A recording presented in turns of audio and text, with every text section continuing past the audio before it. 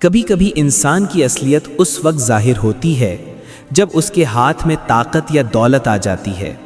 اصل عزت اچھے کپڑوں یا بڑے عہدے سے نہیں ہوتی بلکہ ظرف سے ہوتی ہے، اور کم ظرف انسان ہمیشہ چھوٹا ہی رہتا ہے، چاہے دنیا اسے کتنا ہی بڑا کیوں نہ سمجھے۔ ایک گاؤں میں عبداللہ نام کا ایک عام سا مزدور رہتا تھا، سیدھا سادہ، ایماندار اور دوسروں کی مدد کرنے والا۔ وہ ہر روز ایک امیر زمیندار کے کھیتوں میں کام کرتا تھا۔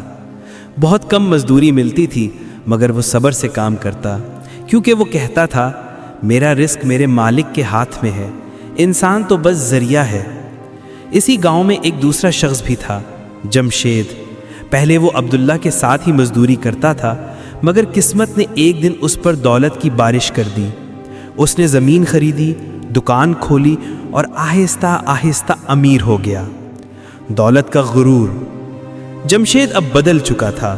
پہلے جو نرمی اور محبت سے بات کرتا تھا، اب اس کی زبان میں زہر آ گیا تھا۔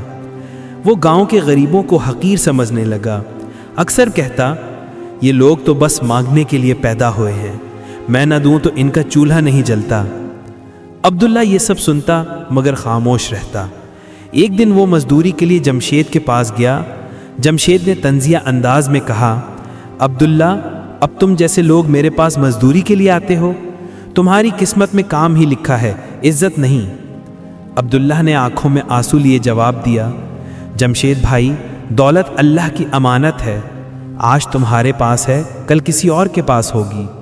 ظرف والا وہ ہے جو اوپر جا کر بھی نیچے والوں کو بھولتا نہیں۔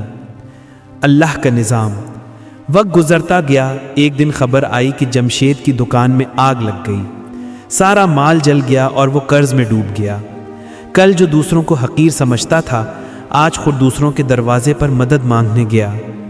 گاؤں کے لوگ منہ موڑنے لگے، مگر جب وہ عبداللہ کے گھر گیا، عبداللہ نے دروازہ کھولا، مسکرایا اور بغیر کچھ کہے اس کے ہاتھ میں کھانا، کپڑا اور کچھ پیسے رکھ دیے۔ جمشید حیران ہو گیا، بولا میں نے تمہارے ساتھ اتنا برا سلوک کیا، پھر بھی تم میری مدد کر رہے ہو؟ عبداللہ نے آہستہ سے کہا، جمشید بھائی، میں کم ظرف نہیں ہوں، میں نے سیکھا ہے کہ جو برائی کرے اس کا جواب برائی سے نہیں بھلائی سے دینا چاہیے، کیونکہ اللہ کم ظرفوں کو پسند نہیں کرتا۔